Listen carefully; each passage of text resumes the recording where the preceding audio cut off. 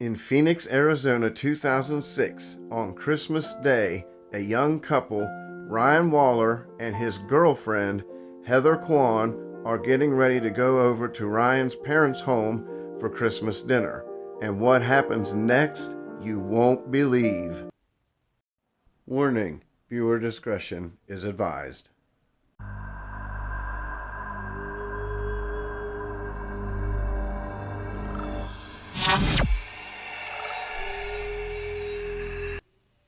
What's up, Front Porch family? I'm Rob, and this is your home for true crime. So let's get into Ryan Waller's story. This young man turned out to be a true hero. On Christmas Day, like I said, everything was going fine up until it was about time for them to leave. And then there's a ringing at the doorbell and people banging on the door. So Ryan gets up and goes to check it out, and when he opens it up a little bit to see who it is, he recognizes those people immediately. And he knew that they were after him. Tried to slam the door shut, but before he could, an arm reached in with a gun in its hand and shot him in the head twice. And we come to find out that the person who was holding that gun was a young man named Richie Carver, and he was there with his dad, Larry Carver. Then his dad came in and walked into the living room around the corner there and shot and killed his girlfriend, Heather Quan, while she was still on the couch.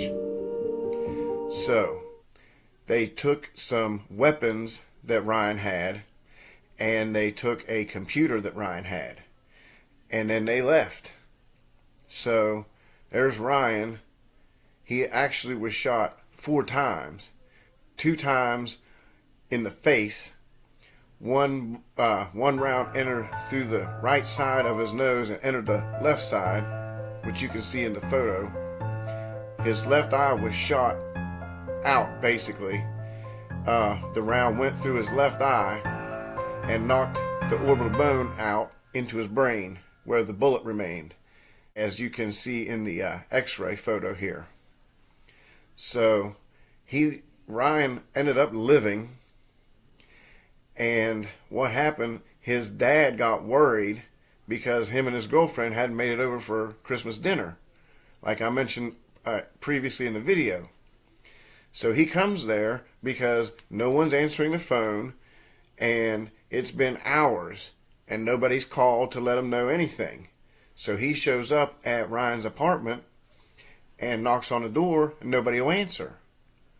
So he calls the police to do what's called a wellness check, and that is supposed to be treated like an emergency call.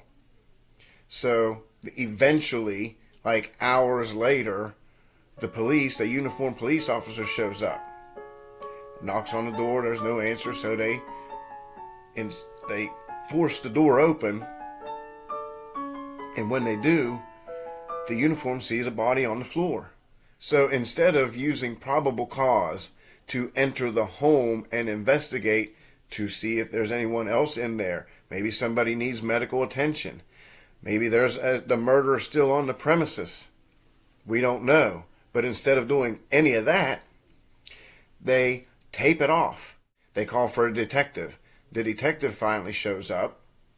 And by the time the detective gets there, Ryan is awake and walking around in a daze. He doesn't understand what's going on. So the police arrest him. They arrest Ryan. Yeah. And they take him in and question him, not knowing that he's been shot 4 times. But all they know is that he looks beat up, he looks like he's in a drugged haze, and he's responding to questions like someone who was intoxicated on some kind of narcotics, possibly. So this investigation, this interrogation, lasts for 6+ hours.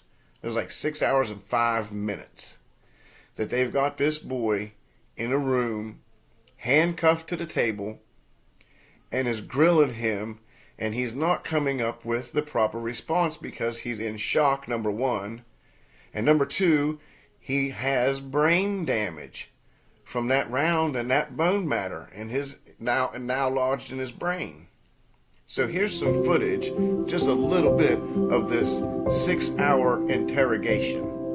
And tell me what you think about this in the comments. I really don't know. Okay. You're telling me you're all over the board here, number one. You're saying bows and arrows, you're saying revolvers, and you're saying some other thing, and you're saying they shot you in the eye. Okay? They shot you with a revolver in your eye. Yes. And that's Is it a BB gun? No, it was a real gun, man. It was just a revolver. If they shot you in the eye with a revolver, you wouldn't be talking to me right now. How do you know? It was most likely you be dead. That's what I thought too, man. I really don't know. Okay? I really don't know, and I just want to go back to sleep and try to go back to bed. You're not going back to bed. Okay? That's not going to happen. Alright, but what happened, man? What do I gotta do? Just tell me what I gotta do. Get your feet off my chair is number one. Number two,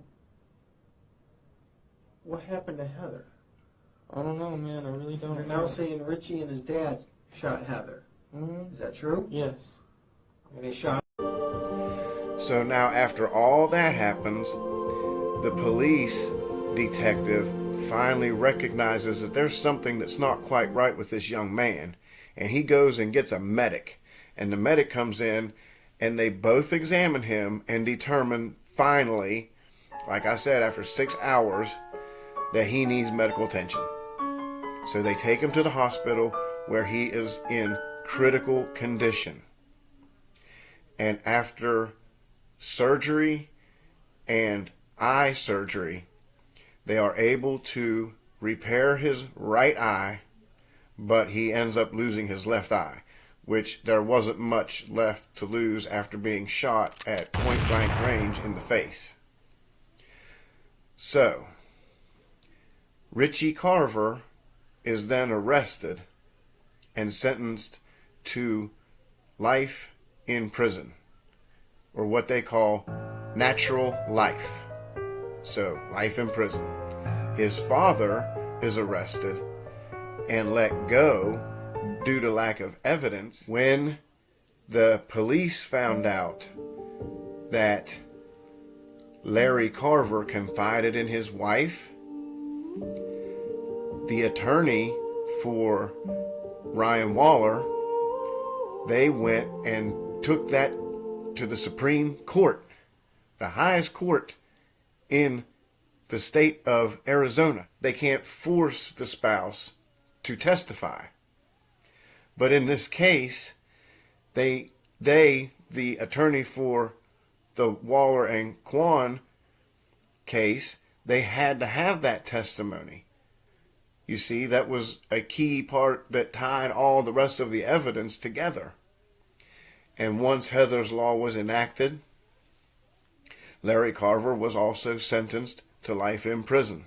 Ryan Waller did die of complications to seizures, and that was, tragically, he passed away in 2016, but did live long enough to see justice for his beloved girlfriend, Heather Quan.